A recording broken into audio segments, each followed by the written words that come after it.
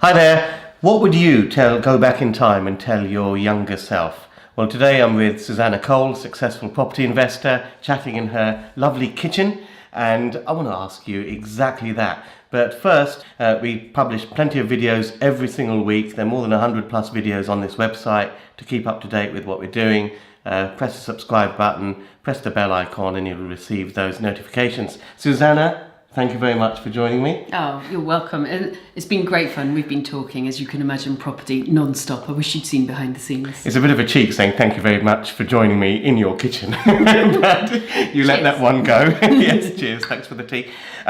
Okay, so you're very successful, achieved a huge amount, but if you could go back in time, what would you tell your younger self to do differently?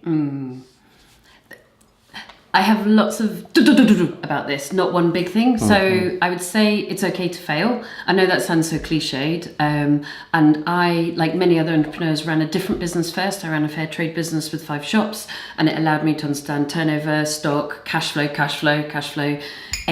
So I would say it's okay not to be, I mean, I didn't fail at that, but it was a very bland, well, it was a super business, but very bland, and it was crazy amount of work for limited amount of But profit. it's very good to cut your teeth on a trading business. Yes. With those sort of disciplines of cash flow and all the rest of it. So I'd say almost when people go to university or when they do a training and apprenticeship, they actually understand training, don't they? They understand I'm here and then I need to train and develop to there. Whereas entrepreneurs, we don't quite understand that there is a process of training and development.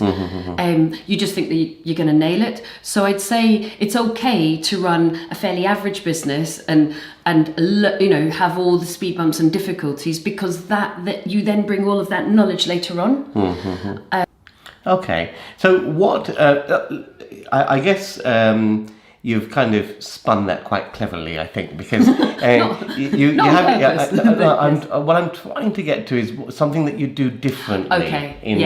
That you would go back in time and advise yourself. Look, Susie, if you just do this and this and this, you're going to nail this. Okay. What would you shake yourself, your younger self, and say, look, slap them around the face and say, do this. Think bigger. Think bigger. Think bigger. Because I think my perception of what could be achieved was limited here, because I didn't know anybody that did it bigger than me. Yes. And it was as I got to know more people who were successful in ways that I thought, wow, you can do that. So I just go punch through, think bigger from the beginning. Yes. I absolutely agree. I think people start small. Yes. And sometimes because they start small, it really means they're not backing themselves. They're not backing themselves to be big. Yes. And then they get into trouble because they have to almost redo things because they haven't set up the infrastructure properly from day one. Exactly. And I don't know whether it's a girl thing, because statistics show that, I think it's just a thing. People thing. There you go. Yeah. So punch through and think bigger and see it much more strongly than a developing cloud mist that became real. But the other side of this is, look, you've done very well.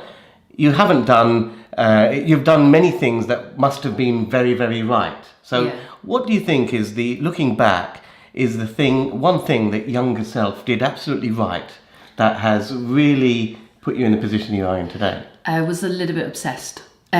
So I didn't chase this, then that, then this, then that, then this. I went, right, this is what I'm doing, and then I'm going to roll and repeat and repeat and repeat and try and get better and better and better and better at that particular thing. Don't you mean focused rather than obsessed? Okay.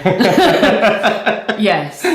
I'd love to call it, yes, we'll call it focused. Yes. Extremely focused. I think it's a family trait as well.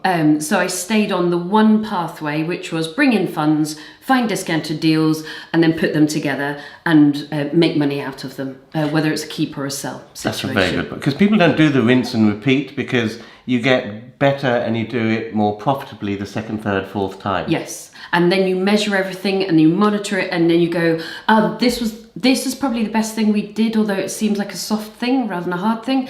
What did we do well? What did we do badly? And what could we improve?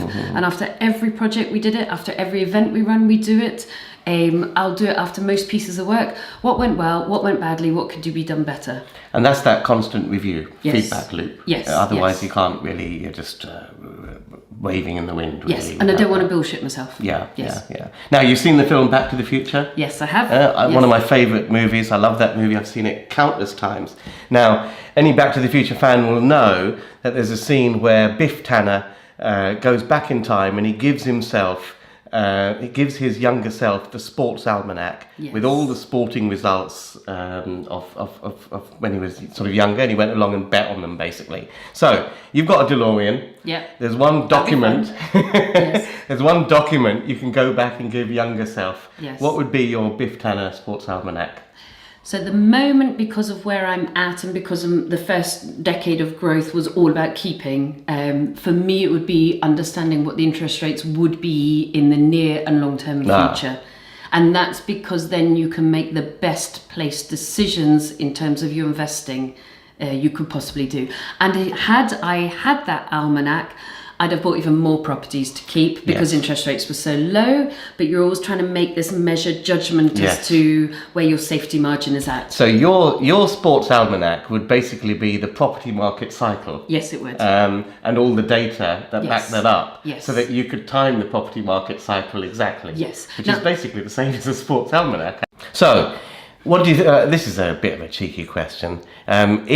What do you think is in the almanac for the next few years? Crystal ball time. Well, I think A, I could predict something, but B, so we can talk about that, but also I think that you can continue to do property no matter what the economy is Yes, doing. absolutely. So I don't mean I ignore it because I read the FT every weekend. I scan papers. I try to look at the broad set of papers. I try and pick up what's happening economically, socially, legally, politically, very carefully because it impacts massively on my business and Yes, your business. yes. But I think no matter what the situation is, you buy discounted, you make great yields, you have plan A, plan B, plan C, you are going to be relatively safe as an entrepreneur within a changing environment. However, I do think the political situation is going to be quite interesting. I do think as voters become older, the legislation strengthening around the tenants' rights and tenants' longevity and limiting landlords' movement within those contracts is going to be diminished for landlords. Potentially, price limits, rent caps, definitely lengthening lengths of tenancies. So I definitely think you want to have high quality properties, high quality tenants, get the highest rent you can at the moment and reduce down loan to value just to protect against that reduction in flexibility.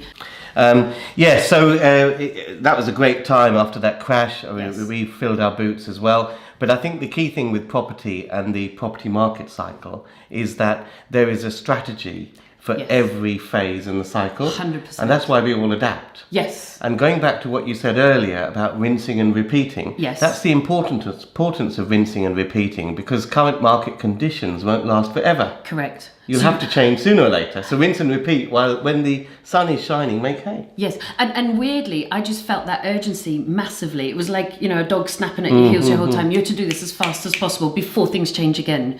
Yes, and then we've been talking recently about tech and how you reduce down costs. So now I look at it as a classic business. I'm like, I want a 40% net margin out of everything I do. If it's fine for Duncan Bannatyne, it's going to be fine for me, Yes, isn't it? yes. So let's aim for that and see how we can do that, which of course is then treating it less as, can I go buy those houses, please? To, this is a proper business, what's our strategy, what's our current plan, where are we at the moment, how are we measured, and how do we go going forward? And I find that geeky stuff just as interesting. How to take out cost, how to grow profit and revenue is fascinating. But that focus on those numbers, which you alluded to, Yes. allows you to devise a plan no matter Yes. what's happening in the cycle. Yes, and I think it's that certainty of knowing that is going to happen. So all we have to do now is worry away at the problem, knowing what the end result has to be until, like a sieve, we shake it down and it gets to where it needs to get to. And then I go, right, next, and then hop on to the next thing.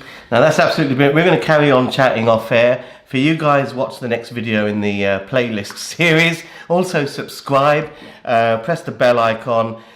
We do plenty of videos every week, all about property. It's all about helping you become a more successful property entrepreneur. So stay tuned for more. See you in the next video. Bye for now. There you go. One hit wonders. Well, two hits. Yes, you're playing the cycle, but the... Oh, shit, I totally forgot what I was going to say. We can edit that out. Yeah, we can. Let me just check one thing on...